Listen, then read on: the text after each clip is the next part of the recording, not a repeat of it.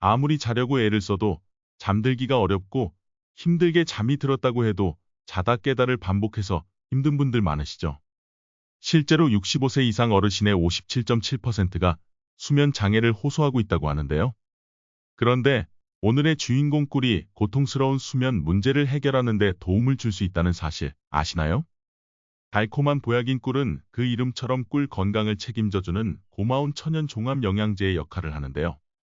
불면증 개선, 혈관 질환 예방, 수족냉증 개선, 장 건강 증진, 항균 작용, 면역력 강화, 피로 해소, 숙취 해소, 피부 건강 등 우리 건강에 아주 많은 도움을 줍니다. 오늘 영상에서는 꿀과 함께 먹으면 시너지 효과를 내서 보약만큼 좋은 음식 3가지와 먹는 방법, 그리고 꿀을 먹을 때 주의해야 할 점까지 모두 알려드릴 테니 영상 끝까지 시청해주세요. 건강한 정보를 안내해드리는 건강안내, 구독과 좋아요 눌러주시고요. 전체 알림 설정해 두시면 건강안내의 건강정보를 빠르게 받아보실 수 있습니다. 그럼 오늘의 주인공 꿀 바로 만나러 가볼게요. 꿀과 함께 먹으면 보약만큼 좋은 음식 첫 번째는 꿀잠 들깨유입니다. 겪어보지 않은 사람은 그 고통을 알 수 없다는 불면증. 괴로운 수면 장애 문제를 해결하기 위해 수면제를 처방받아 복용하고 있는 분도 많을 텐데요. 수면제를 장기간 복용하는 것은 위험한 부작용이 따르기에 조심해야 합니다. 또한 약에 의존하는 치료법은 한계가 존재하며 내성이 생겨 오히려 증세가 더 악화될 수도 있는데요. 병원 치료와 더불어 평소에 숙면에 도움을 주는 음식을 꾸준히 챙겨 드시는 것도 중요합니다. 이전 영상에서 불면증 개선에 좋은 음식으로 바나나, 대추, 상추를 먹는 방법에 대해 자세히 알려드렸는데요. 오늘의 주인공인 꿀도 꿀잠을 유도하는 천연 수면제 역할을 합니다. 꿀에는 수면 호르몬인 멜라토닌의 분비를 활성화시키는 트립토판이라는 성분이 아주 풍부하기 때문이죠. 더불어 꿀에 함유된 당분은 각성 호르몬인 오렉신의 수치는 낮춰주는 역할을 해서 신경을 안정시키고 편안한 상태로 잠들 수 있도록 도와줍니다. 들깨 역시 불면증 완화에 도움을 주는 식품인데요. 오메가3 성분이 굉장히 풍부한 들깨는 그 함량이 고등어, 연어보다 월등히 높다는 사실 아시나요? 들깨의 오메가3는 항산화 작용을 하고 뇌 건강, 혈액순환을 도와주는데요.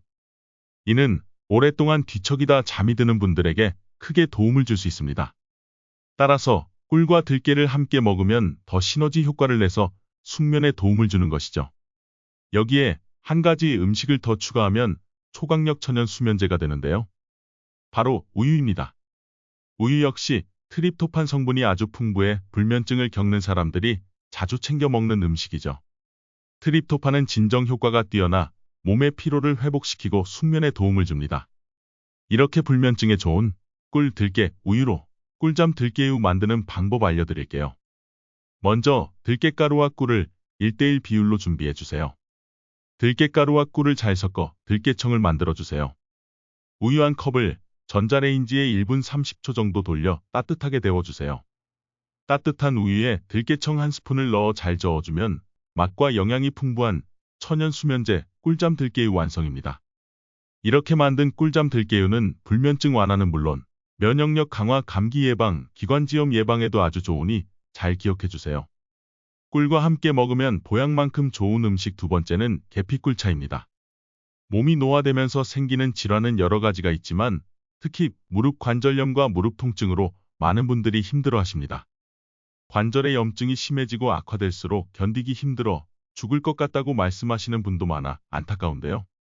무릎 관절은 뼈 사이의 관절이 마모돼 통증과 염증이 생기는 질환이므로 항염증 효과가 있는 음식을 꾸준히 챙겨 드시는 것이 도움이 될 수 있습니다. 꿀은 정말 다양한 효능을 가지고 있어 아주 오래전부터 약용으로 사용됐는데요. 특히 꿀은 항염증 효과가 탁월합니다. 이는 꿀에 함유된 플라보노이드라는 항산화 물질 때문인데요. 플라보노이드는 만성적인 염증을 억제하는 데 아주 탁월한 효과를 발휘합니다. 매운맛이 강한 계피는 세계적으로 가장 많이 사용되는 3대 향신료 중에 하나인데요. 예로부터 향신료와 한방 재료로 널리 쓰인 계피는 다양한 건강 효능을 가지고 있습니다. 계피는 인슐린 저항성을 감소시켜 제2형 당뇨 예방에 도움을 주며 따뜻한 성질로 인해 몸의 순환을 도와 손발이 차거나 소화가 잘 안 되는 사람에게 좋습니다. 또한 계피에는 꿀과 마찬가지로 플라보노이드 성분이 아주 풍부해 염증 완화에도 아주 좋습니다. 항염증 효과가 있는 꿀과 계피가 만나면 시너지 효과를 내서 관절염 완화에 아주 좋은데요.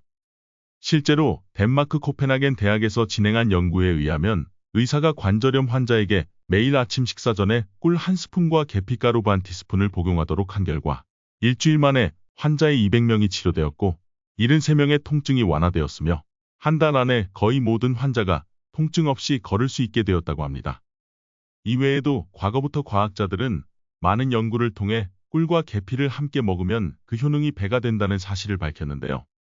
관절염 완화, 항암 효과, 심장병 예방, 노화 방지, 면역력 강화, 위장 보호, 콜레스테롤 저하, 감기 완화, 입냄새 제거 등 그야말로 만병통치약의 역할을 톡톡히 합니다. 항염 작용이 뛰어난 꿀과 계피로 계피 꿀차 만드는 방법 알려드릴게요. 먼저 따뜻한 물 한 컵에 계피가루 2분의 1 티스푼을 넣어 잘 저어주세요. 계피가루를 섞은 물은 꿀을 넣기 전에 충분히 식혀주어야 하는데요. 뜨거운 물에 꿀을 넣으면 꿀에 들어있는 좋은 성분들이 다 파괴될 수 있기 때문입니다. 꿀은 40도씨 이하의 미지근한 물에 타 드시는 것이 가장 좋다고 하니 잘 기억해 주세요. 식은 계피물에 꿀 한 스푼을 넣어 잘 저어주면 맛과 영양이 풍부한 계피꿀차 완성입니다. 이렇게 만든 계피꿀차는 아침 식사 또는 잠자기 30분 전에 마시는 것을 추천해 드립니다. 만병통치약이 되는 계피꿀차도 무작정 많이 먹는 것은 좋지 않는데요. 계피에는 쿠마린 성분이 함유되어 있어 장시간 아주 많은 양을 섭취하면 간 손상을 유발할 수 있다는 점입니다. 또한 쿠마린은 혈액의 응고를 방해하는 항응고제이므로 출혈이 있거나 수술 계획이 있는 분들은 섭취를 피해야 하며 임산부도 계피차는 복용하지 않는 것이 좋습니다. 꿀과 함께 먹으면 보약만큼 좋은 음식 세 번째는 무백꿀청입니다. 봄을 앞두고 있지만 여전히 쌀쌀한 날씨 때문에 감기에 자주 걸린다거나 만성적인 기침, 가래로 힘든 분들 계신가요? 민간요법에서는 기침이 나고 목이 아플 때 꿀을 먹거나 꿀을 잔뜩 넣은 배를 푹 삶아 먹으면 효과가 좋다고 잘 알려져 있죠. 하지만 그동안 민간요법에서 활용하던 꿀의 감기에 대한 효능과 관련해서는 과학적으로 밝혀진 게 없었지만 최근 영국의 옥스퍼드 대학 연구팀이 꿀과 감기에 대한 효능에 관해 연구한 결과 감기나 독감 증상 완화에는 약보다 꿀이 더 효과적이라는 사실을 발견했다고 합니다. 꿀 속의 텍스트로메토판이라는 성분이 기관지의 감염성 염증을 완화시켜주는 효과가 있기 때문입니다. 이때 꿀과 함께 무, 배를 함께 드시면 시너지 효과가 폭발해 폐와 기관지를 튼튼하게 해서 기침을 가라앉혀주는 천연 특효약이 됩니다. 특히 겨울무는 겨울 산삼이라는 별명이 있을 정도로 영양분이 아주 풍부합니다. 그중 무의 매운맛을 내는 시니그린이라는 성분은 기관지의 보호제 역할을 하는데요. 기관지 점막을 보호하고 튼튼하게 만들어 기침 증상을 완화시키는 것은 물론 가래를 묽게 해주는 효과가 탁월합니다. 배 역시 기관지 건강에 효능이 뛰어나다고 잘 알려져 있죠. 이는 배에 풍부한 루테올인 성분 때문인데요. 이 성분이 기침, 가래 증상을 완화시키고 폐의 염증을 예방해줘 기관지 건강에 아주 좋습니다. 기관지 건강에 좋은 꿀, 무, 배 삼총사로 무백꿀청 만드는 방법 알려드릴게요. 무, 배, 꿀을 2대 1대1 비율로 준비해주세요. 깨끗하게 씻은 무는 껍질째 적당한 크기로 썰어주세요. 배도 깨끗이 씻어 씨를 제거한 후 껍질째 적당한 크기로 썰어주세요. 썰어둔 무와 배, 꿀을 믹서기에 모두 넣고 갈아주세요. 열탕 소독한 병에 담고 냉장고에서 3일간 숙성시켜주면 맛과 영양이 풍부한 무백꿀청 완성입니다. 이렇게 만든 무백꿀청은 뜨겁지 않은 미지근한 물에 한 스푼 정도 넣어 드시면 되는데요. 하루 두세 번 정도 드시는 것을 추천해드립니다. 인류 역사상 가장 오래됐으며 완벽에 가까운 슈퍼푸드인 꿀도 먹기 전에 꼭 확인해야 할 부분이 있는데요.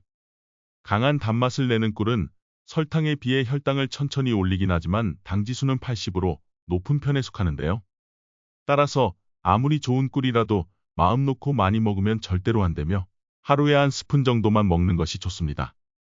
특히 당뇨가 있는 분이라면 요리에 설탕 대신 꿀을 소량 넣는 것은 괜찮지만 꿀만 단독으로 한 스푼씩 떠서 먹는 것은 금물입니다.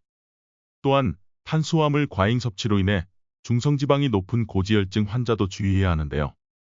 꿀을 먹은 만큼 다른 종류의 탄수화물 섭취량을 줄여야 한다는 점 기억해 주세요. 그렇다면 시중에 팔고 있는 꿀은 모두 천연 보약이 될 수 있을까요? 안타깝게도 그렇지는 않습니다. 우리나라에서는 아카시아, 유채, 밤꽃 등을 활용해서 양봉을 많이 하고 있는데요. 이렇게 꿀벌이 꽃에서 꿀을 따와서 숙성시킨 꿀을 천연꿀이라고 합니다. 하지만 꽃가루가 아닌 설탕물을 먹여 꿀을 수확하기도 하는데요. 이렇게 설탕물로 만들어진 꿀은 사양꿀이라고 하고 천연꿀에 비해 항산화 효능이 떨어지기 때문에 많은 건강상의 이점을 기대하기 어렵습니다. 천연꿀인지 사양꿀인지는 사실 전문가도 육안으로 구분하기가 어려운데요. 다행히 식약처에서는 사양꿀인 경우 라벨에 표기하도록 정하고 있으니 꼭 확인하고 구입해 주세요. 또 탄소동 이온 소비를 통해서도 천연꿀과 사양꿀을 구분할 수 있는데요.